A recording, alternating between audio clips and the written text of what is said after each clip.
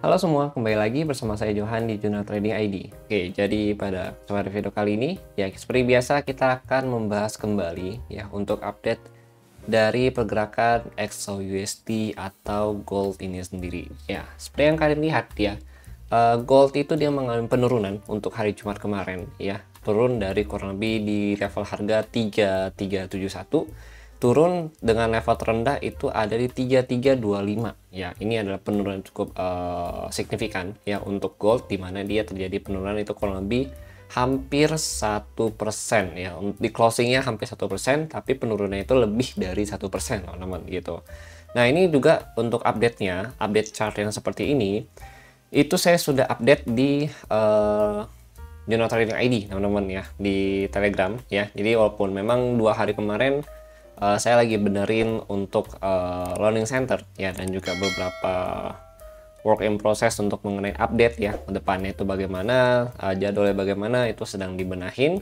Dan puji Tuhan udah selesai semua, dan nanti mulai minggu depan kita akan mulai update lagi dengan ranah baru ya gitu teman-teman.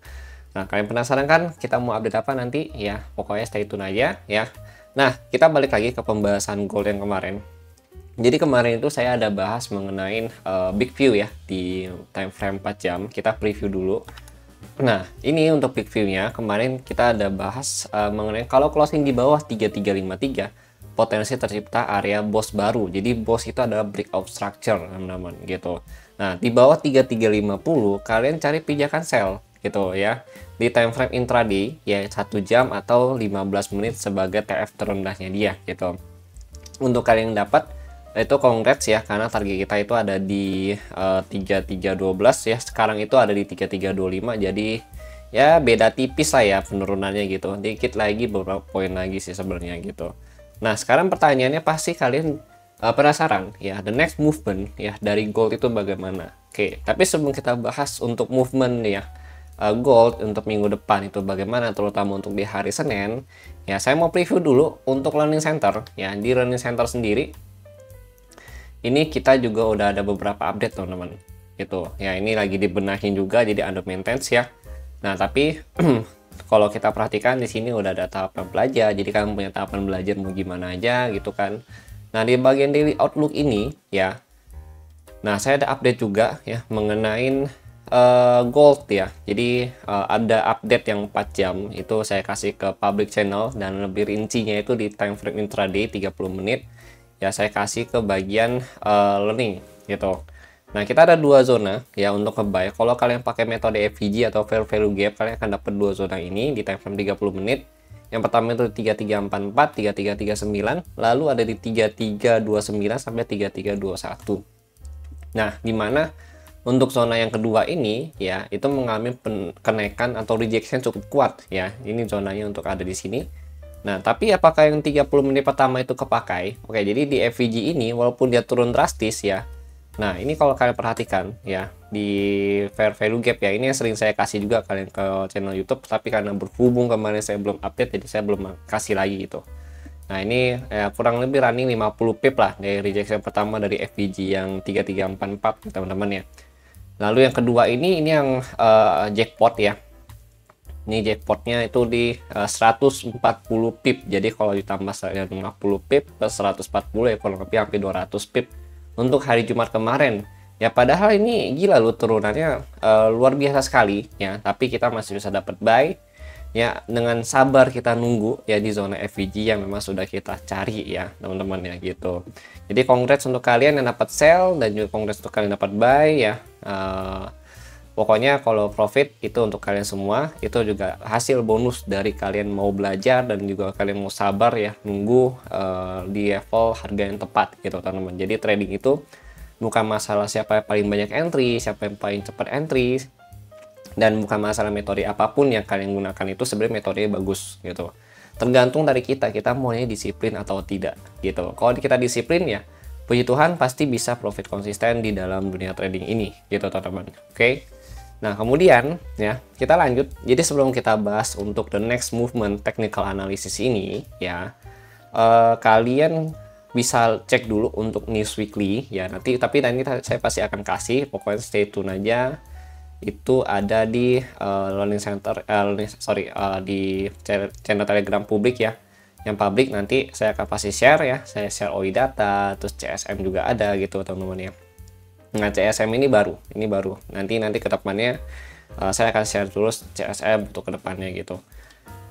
Jadi CSM ini adalah currency strength meter ya, dimana ini akan membantu kalian, ini akan membantu banget untuk kalian trading falas gitu teman-teman ya. Ini akan membantu kalian untuk trading falas, dan kemungkinan besar untuk CSM masih saya pertimbangkan mau di share berapa kali sehari ya, karena memang ini update-nya itu mungkin bisa dikatakan per sesi ya. Kan kita dalam satu hari itu ada 3 sesi ya, Asia, London, US ya. Kemungkinan besar saya akan share di 3 sesi, satu kali sesi, satu kali share ya. Jadi kurang lebih 3 kali share dalam satu hari gitu teman-teman. Itu masih masuk pertimbangan gitu. Nah kemudian kita mau buka dulu. Jadi kalau untuk lihat news ya, kita itu ada di bagian investing. Oke, kita ada di bagian investing, kita klik this week ya. Nah this week ini kan udah selesai gitu ya, karena ini belum masuk hari Minggu ya, makanya untuk investing ini masih jatuhnya untuk news yang Senin sampai Jumat kemarin gitu. Jadi kita pencetnya itu adalah di bagian next week ya, kecuali kalau kalian udah lihat di hari Minggu, nonton video ini di hari Minggu, itu dan jatuhnya masuk ke dalam this week teman-teman gitu. Nah untuk hari Senin dari USD sendiri itu belum ada news sama sekali. Kemudian untuk yang hari Selasa ya, ini ada dari CB Consumer Confidence ya untuk USD-nya. Oke, kita tandain dulu, saya ambil aplikasi dulu ya untuk coret-coret gitu, karena kurang afdol ya gitu kalau misalkan nggak ada aplikasi coret-coretnya gitu teman-teman, biar rame gitu. Nah, yang pertama itu di sini ada mengenai CB Consumer dan juga ada JOLTS Job Opening. Oke, jadi kalau di sini ada JOLTS Job Opening, artinya kita sudah memasukin awal bulan kembali, gitu. Dimana ini adalah perpindahan dari minggu di akhir bulan dan ke minggu di awal bulan. Jadi ini masa transisi ya teman-teman, yang bisa dikatakan begitu. JOLTS Job Opening itu di hari Selasa jam 9 malam. Kemudian di hari Rabu kalau ada JOLTS Job Opening itu sudah pasti ada yang namanya ADP ya. Jadi kalau kalian perhatikan ADP, JOLTS Job Opening, Jobless Claim, NFP itu udah satu paket pokoknya dalam satu minggu itu. Nah untuk ADP itu ada di hari Rabu ya, di jam 19.15 untuk ADP-nya. Kemudian untuk GDP, wow ini ternyata ada GDP kuartal 2 untuk yang pertama, first series ya teman-teman ya. Ini udah muncul untuk kuartal keduanya. Jadi fokus market untuk minggu ini yang pertama dari tenaga kerja, yang kedua itu adalah mau lihat nih perkembangan dari GDP kuartal 2 nya US itu bagaimana nanti, apakah membaik atau justru malah makin anjlok. Nah itu yang perlu kalian perhatikan juga ya, itu perlu diwaspadain. Kemudian di hari Thursday itu berarti Kamis ya, Kamis itu di hari Kamis ini cukup banyak ada FOMC statement ya. Ini seperti yang kita pernah bahas juga di last meet FOMC, Powell pernah bilang dia akan ada meet lagi tuh di akhir bulan Juli gitu. Jadi di akhir bulan Juli inilah di minggu inilah ya, minggu depan maksudnya gitu. FOMC statement itu akan ada the Fed interest rate decision juga. Jadi dia akan ada kurang lebih prediksi ya, apakah dia akan memangkas suku bunga atau enggak. Tapi kalau kita tarik ke belakang ya, dalam historinya untuk FOMC dan speech yang beberapa hari ini, kemungkinan besar untuk suku bunga tidak akan diturunkan di bulan Juli ini, tapi akan diturunkan bulan September nanti atau bulan 9 gitu. Karena dari hasil voting ya, beberapa anggota The Fed itu masih belum setuju nih kalau dia mau turunin suku bunga sekarang gitu. Mereka tuh maunya turunin suku bunga tuh nanti bulan September. Ya ini biasa lah kalau misalkan ciri khas dari Powell ya, dia memang selalu berhati-hati gitu. Jadi dalam case ini ya kemungkinan besar ya itu belum akan menurunkan suku bunga gitu. Tapi nanti akan saya coba share data dari The Fed yang mengenai voting penurunan suku bunga, yang mengenai interest rate decision, itu nanti akan saya bagikan ke channel Telegram. Jadi kalian boleh stay tune di sana gitu. Yang belum subscribe silahkan subscribe.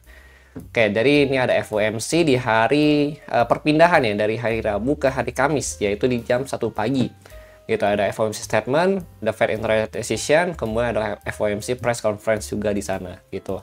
Itu di jam 1 semua. Dan ini fokus market di minggu ini itu cukup banyak ya. Pertama berarti ada dari data tenaga kerja. Kemudian yang kedua itu ada dari GDP kuartal 2 ya untuk yang first rilisnya. Kemudian yang ketiga itu ada dari FOMC dan juga the Fed interest rate decision gitu. Lalu di sini kalau kita lihat BOJ juga nggak mau kalah nih guys ya. Jadi Bank of Japan ini juga ada itu mengenai rate decision ya. Ini di jam 10 pagi kalau dia di hari Kamis juga. Lalu di hari Kamis di hari yang sama ini ada lagi mengenai Core PCE Price Index ya. Itu di jam 19.30 gitu. Lalu di jam yang sama di hari yang sama lagi ini ada mengenai Chicago PMI ya untuk 20.45 jam 20.45 teman-teman gitu. Kemudian ya lalu kita lihat lagi nih ya, kita lihat lagi nih untuk yang hari Jumat ya teman-teman ya. Di hari Jumat ini ada mengenai CPI ya. CPI kalau kita perhatikan CPI dari Euro ya untuk hari Jumat di jam 4 sore. Kemudian ada dari average earning income ya. Ini di jam 11.30 juga ya untuk hari Jumat. Lalu ada NFP ya di jam 11.30 teman-teman gitu. Kemudian di sini ada lagi yaitu mengenai unemployment rate dan S&P Global Service ya, itu di jam 11.30 dan juga di jam 20.45 teman-teman gitu. Nah, kemudian ada lagi di hari yang sama juga ya. Ini ternyata minggu yang cukup sibuk gitu ya. Ini ada dari ISM Manufacturing PMI sama ISM Manufacturing Price ya, itu di jam 9 malam. Well, kalau kita lihat ya ini memang cukup sibuk untuk minggu ini. Terus terakhir masih ada lagi ternyata itu adalah mengenai Michigan ya, Michigan Consumer Expectation ya teman-teman. Jadi minggu ini ternyata sangat banyak news yang harus kita perhatikan teman-teman. Oke, lanjut ya, kita bahas mengenai news itu udah clear ya. Lalu kita mau lanjut itu bahas mengenai open interest data. Oke, kita lanjut lagi bahas mengenai open interest data dan juga COT ya. Oke, yang pertama itu kita mau bahas mengenai COT. Jadi kalau kita perhatikan dari COT ini memang untuk change positionnya bagian long ya. Jadi long itu di bagian manage money ya. Ini kan manage money, terus change position, terus ini longnya itu dia surplus sebesar 22.000 ya 096. Memang kalau kita lihat dari change position ini masih bullish. Lalu untuk shortnya itu minus sebesar 1111 gitu teman-teman. Artinya secara bias untuk weekly itu dia bullish teman-teman. Dan kalau kita perhatikan untuk bagian net position ya, ini dia mengalami kenaikan ya. Net position itu naiknya cukup drastis ya di sini. Artinya memang orang lebih banyak nge-keep safe haven ya, contoh kayak emas segala macam untuk jadi sebagai nilai lindung juga gitu teman-teman. Ya, jadi memang kalau kita perhatikan kan memang di bulan Agustus ini ya kan tarif ya mengenai Trump itu kan mau diberlakukan. Ya mulai diberlakukan di beberapa negara gitu. Nah untuk menahan gejolak dari falas ya dan juga resiko yang akan terjadi di dalam market nanti, jadi orang-orang kemungkinan besar sudah mulai beralih kembali ke si emas ini sendiri teman-teman. Makanya kalau kita perhatikan di sini dalam 2 minggu terakhir ya mereka tuh udah akumulasi cukup besar gitu dengan range kurang lebih di sini. Untuk posisi untuk long itu dia surplus sebesar 22.096 gitu. Oke, lalu kita perhatikan dulu untuk OI data. Jadi kalau kita lihat dari open interest data. Nah, dari open interest data ini kan kita cuma punya yang namanya closing price ya. Kita belum punya opening price-nya gitu. Nah, nanti kalian tinggal sesuaikan lagi dengan open market ya. Harga open market itu di gimana gitu. Kalian sesuaikan ke si OI datanya ini yang kita bahas gitu. Kalau open interest data yang saat ini kita bahas dengan hari Senin nanti itu kurang lebih nggak jauh beda gitu teman-teman. Kalian tinggal sesuaikan aja dengan data opennya gitu. Data open itu maksudnya adalah harga open dari si market emas ini sendiri teman-teman gitu. Nah ini kita punya harga closing itu di 3.337 ya.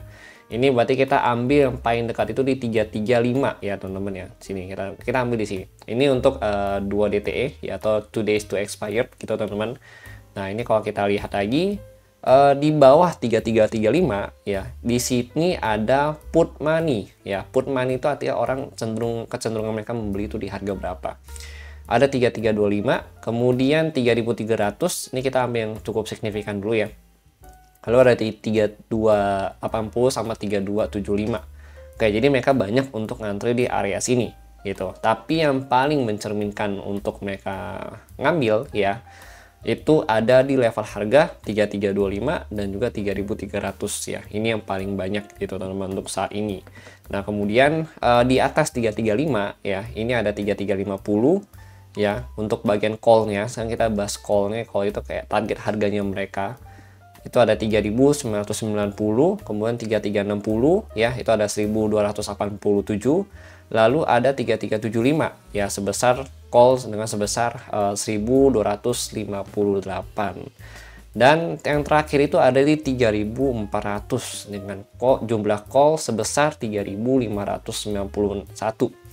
Nah, ini adalah beberapa angka yang cukup signifikan besarannya yang saya akan bagikan ke kalian dan yang akan kita bahas di dalam video ini. Jadi angka-angka inilah angka-angka yang akan jadi the next target level ya SNR untuk gold ya. Jadi kalau kalian perhatikan, andai kata dia turun di bawah 3335, dia turun sampai ke 3300, itu bisa jadi acuan atau zona kita untuk beli, karena di sana ada tahanan harga atau tahanan put money itu sebesar 3300. Kalau dia break dari 3300, baru dia akan lanjut untuk ngambil lagi tuh di 3280 sama 3275 gitu. Nah, sama halnya kayak di 335 ke atas. 3350 itu ada target dari call-nya mereka atau take profit-nya mereka itu di 3990 ya. Ini kalau dia break 3350, baru dia akan nyari lagi jumlah call tertinggi di atas tuh di mana. Ini ada di 3360 sama 3375, dan terakhir tertinggi itu di 3400 gitu teman-teman. Oke, ini udah saya screenshot, nanti akan saya bagikan ke kalian di channel Telegram. Nah, ini juga untuk open untuk yang COT ya, COT juga sama akan saya screenshot juga. Oke, lanjut untuk OI, COT, clear ya. Nah, sekarang kita mau bahas mengenai technical analysis. Oke, jadi ini memang cukup simpel ya, karena kita pakai 4 hours ya untuk technical analysisnya. Ini dia udah menciptakan area bos baru ya, karena udah closing di bawah 335. Candle yang mana? Jadi kalau kita perhatikan candle yang ini ya, candle yang ini dia closing di bawah 3350, makanya dia tercipta yang namanya area bos baru di area sini. Artinya secara time frame, secara struktur, ini untuk bearishnya itu sudah terkonfirmasi. Maka saya bilang cari di bawah 3350, kalian boleh cari pijakan sell gitu. Nah, ini kalau kalian cari mungkin masih bisa dapat 230 pip ya gitu. Ini di time frame 1 jam ya kan. Nah, 1 jam pun kalau kalian perhatikan nih, nah ini ya dia turun, sideways, turun lagi gitu. Terus 15 menit juga ada gitu teman-teman. Nah, ini ya. Nah, ini yang perlu kalian perhatikan adalah movement kecil-kecil seperti ini. Nah, sekarang kita mau bahas lagi nih di time frame 4 jam ya, supaya videonya nggak terlalu panjang gitu. Oke, jadi karena di sininya sudah terkonfirmasi ya, ini FVG 4 hours masih dipakai. Terus ini ada QM ya. Jadi in case dia naik pun di sini kita ada 2 zona yang bisa kita manfaatkan untuk sell point sebenarnya teman-teman. Nah, yang pertama itu di 3382, 3386 ya, ini ada FVG 4 hours di change of karakternya. Lalu kedua itu ada di area QM ya, di area QM itu di range harga kurang lebih 3339 ya, 3399 atau 3400 sampai 3402 gitu. Ini area QM-nya. Nah, kenapa bisa dianggap QM? Karena ini ada change of karakter. Nah, ini ada boss ya, artinya sudah terkonfirmasi, dan di sini ada TS ya. Nah, TS-nya di sini. Gitu. Jadi memang kalau kita perhatikan memang cukup bagus untuk area QM ini gitu. Tinggal ditunggu aja kapan dia pullback-nya. Nah, kemudian ini kan dia ada zona 30 menit ya. Nah, kita coba switch ke 30 menit. Nah, di 30 menit ini kan ada FVG 30 menit ya. FVG ini kan udah unfresh ya. Nah, ini jadi patokan kita. Nah, ini kita anggap bukan FVG lagi, tapi kita anggap sebagai SNR ya, support and resistance, tapi bentuknya ini lebih ke area support ya. Jadi kalau di bawah area support ini dia cenderung untuk turun. Jadi kalau in case sekarang kan ini kan udah selesai gitu kan. Nah, di bawah 3322 berarti gini. Ini kan ada liquidity. Ya, ini liquidity nih.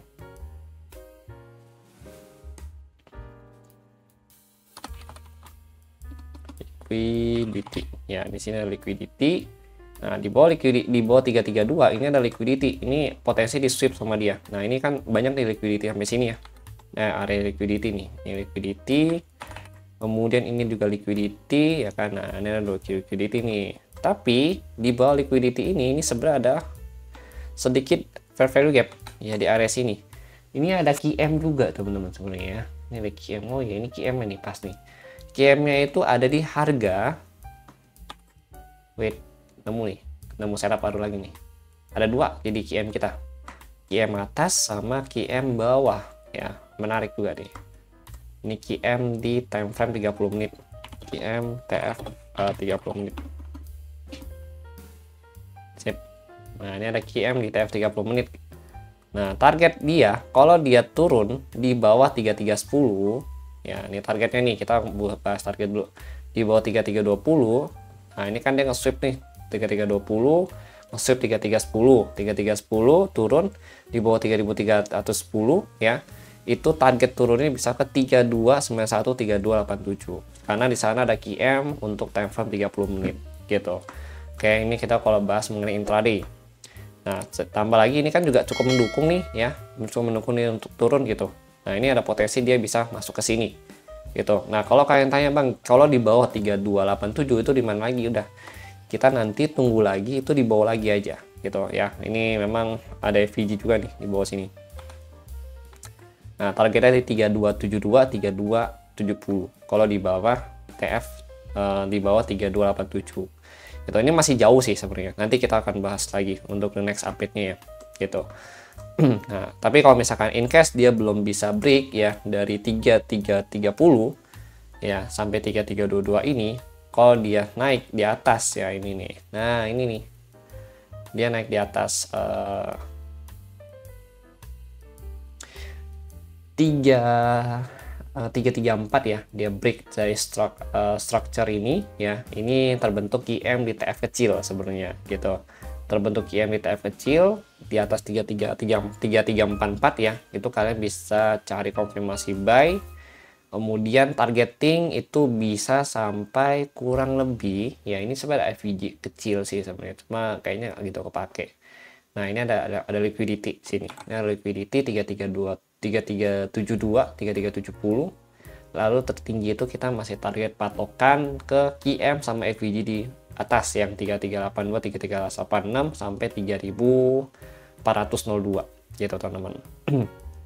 Nah, ini ada beberapa skenario yang sudah kita buat ya. Jadi kalau kalian nonton video ini, kalian jangan skip. Kalau kalian skip nonton video ini ya, kalian banyak skipnya gitu ya, itu kalian nggak akan paham dengan apa yang sudah kita bahas di dalam video ini ya, bahkan bisa miskom kitanya gitu teman-teman. Oke, jadi usahakan kalian jangan skip nonton video ini supaya apa yang saya sampaikan di sini bisa kalian tangkap dengan baik juga. Oke, jadi itu dulu yang saya sampaikan mengenai gold ya. Nanti untuk big view-nya lagi saya akan bahas lagi itu di update channel Telegram Juno Trading ID. Oke, thank you and see you on the next video update.